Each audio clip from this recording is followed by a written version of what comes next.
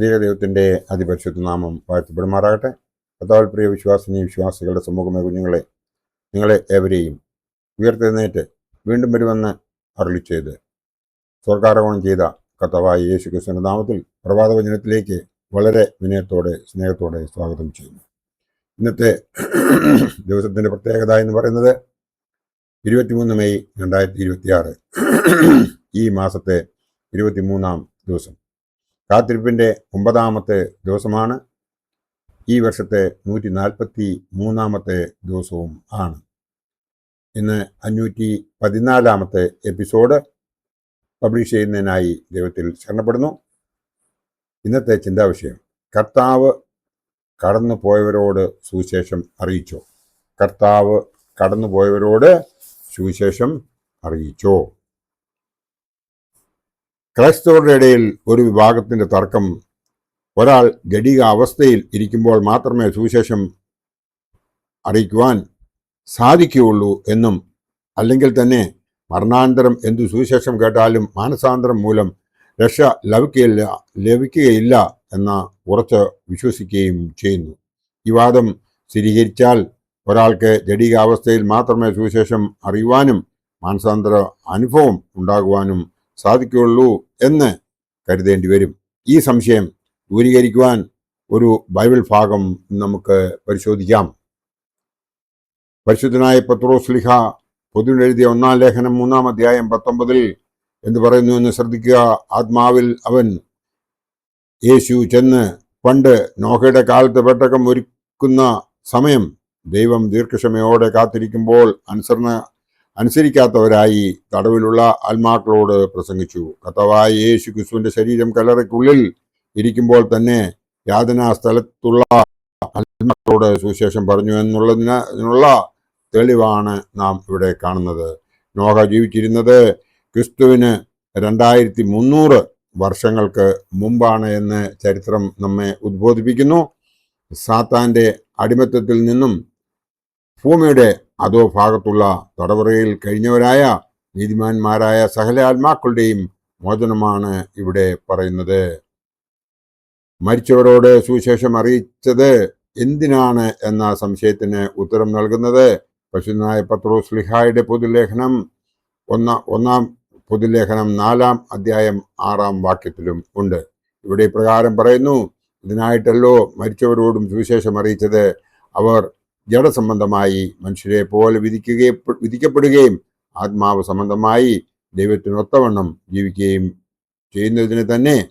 ഈ ആശയത്തെ സാധൂകരിക്കുവാൻ പൗലോസ് അപ്പോസ്തലൻ എഫേസ്യർക്ക് എഴുതിയ ലേഖനത്തിൽ 4-ാം അധ്യായം 8-ഉം 9-ഉം വാക്യത്തിൽ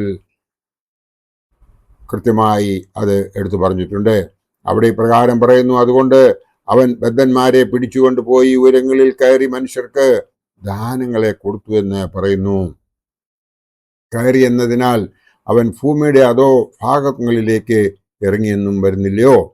ഒരു യുദ്ധത്തിൽ ജയം നേടിയ ജയാളിയെ പോലെ ക്രിസ്തു ബദ്ധന്മാരെ വിടുവിച്ച് ഉയരങ്ങളിൽ കയറി. യേശുവിന്റെ ക്രൂശ് മരണ സമയത്ത് ചിലർ ഉയർത്തെഴുന്നേറ്റതായി വിശുദ്ധ മത്തായി ശ്ലീഹായുടെ സുവിശേഷം 27-ാം അധ്യായത്തിൽ എഴുതിയിരിക്കുന്നു.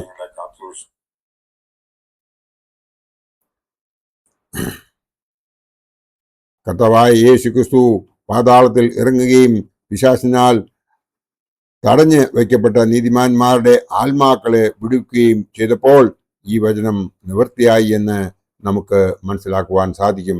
ആ വചനം ഇതാണ്. ദാവീദ് അനേകം വർഷങ്ങൾക്ക് മുമ്പ് പ്രവചിച്ച ആ വചനം സങ്കീർത്തനം 68-18 പറയുന്നത്: നീ ഉയരങ്ങളിലേക്ക് കയറി ബദ്ധന്മാരെ പിടിച്ചുകൊണ്ടുപോയി. കർത്താവായ യേശു ക്രിസ്തു പാതാളത്തിൽ ഇറങ്ങുകയും പിശാചിനാൽ തടഞ്ഞു വയ്ക്കപ്പെട്ട നീതിമാന്മാരുടെ ആത്മാക്കളെ വിടുവിക്കുകയും ചെയ്തപ്പോൾ ഈ വചനം നിവൃത്തിയായി. മരിച്ചവരോട് യേശു സുവിശേഷം അറിയിച്ചു എന്ന് പറഞ്ഞിരിക്കുന്നതിനാൽ മരണപ്പെട്ടവരും കേട്ടും കണ്ടും ഗ്രഹിപ്പാനും ശക്തിയില്ലെങ്കിൽ നമ്മുടെ കർത്താവിൻ്റെ പാതാള പ്രവേശനവും വെറും നിരർത്ഥകമാണ് എന്ന് വരില്ലേ?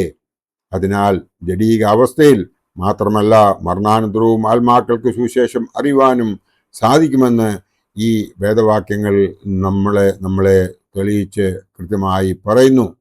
നാം മനസ്സിലാക്കേണ്ടതായ മറ്റ് ചില കാര്യങ്ങളുണ്ട്. നാം ഓരോരുത്തരും ദൈവം തന്നിരിക്കുന്നതായ ആയുസ് ജീവിക്കുന്ന അവസരത്തിൽ നാം ദൈവത്തിൻ്റെ തൃപ്പാദത്തിൽ നമ്മെ തന്നെ സമർപ്പിക്കുകയും അവൻ കാണിച്ചു തന്നതായ പാതയിലൂടെ ജീവിക്കുകയും ചെയ്യുന്നുവെങ്കിൽ ദൈവം നമുക്ക് നമ്മുടെ ഈ ലോകവാസം കഴിഞ്ഞതിന് ശേഷവും അവൻ്റെ വലത്തുഭാഗത്തിരുന്നു കൊണ്ട് അവൻ പറയുന്നതായ സുവിശേഷം നമുക്ക് കേൾക്കുവാൻ സാധിക്കും. അതിനായിട്ട് നാം ചെയ്യേണ്ടത് എപ്പോഴും ഒരുക്കമുള്ളവരായിരിക്കുക എന്നത് മാത്രമാണ്. എപ്പോഴും ഒരുക്കമുള്ളവരായിരിക്കുക എന്ന് പറഞ്ഞാൽ നമ്മുടെ പിതാക്കന്മാർ പറഞ്ഞു തന്നതായ യാമപ്രാർത്ഥനകൾ മുഴുവനാക്കുവാൻ നമുക്ക് സമയം നാം കണ്ടെത്തേണ്ടതുണ്ട്. സൽപ്രവൃത്തികൾ ചെയ്യുന്നതിന് വേണ്ടിയിട്ട് നാം സമയം കണ്ടെത്തേണ്ടതുണ്ട്. ഇതൊക്കെയും നാം കൃത്യമായി മനസ്സിലാക്കി ദൈവഹിതമനുസരിച്ച് നമ്മുടെ പിതാക്കന്മാർ കാണിച്ചു തന്നതായ പാതയിലൂടെ ജീവിക്കുന്നുവെങ്കിൽ ഈ ലോക ജീവിതം നമുക്ക് സഫലമാക്കിയതിനു ശേഷം സ്വർഗരാജ്യത്തിൽ അവകാശിയാകുവാൻ സാധിക്കും. അപ്പോൾ നമുക്ക് ഈ കാര്യങ്ങളൊക്കെയും വിശ്വസിക്കാൻ സാധിക്കും. കർത്താവ് കടന്നുപോയവരോട് സുവിശേഷം അറിയിച്ചു എന്ന് നമുക്ക് ഉറപ്പിക്കുവാനും സാധിക്കും. അതിനായി ദൈവം നമ്മളെയും ഈ സുവിശേഷം അറിയിക്കുന്നതിന് വേണ്ടിയിട്ട്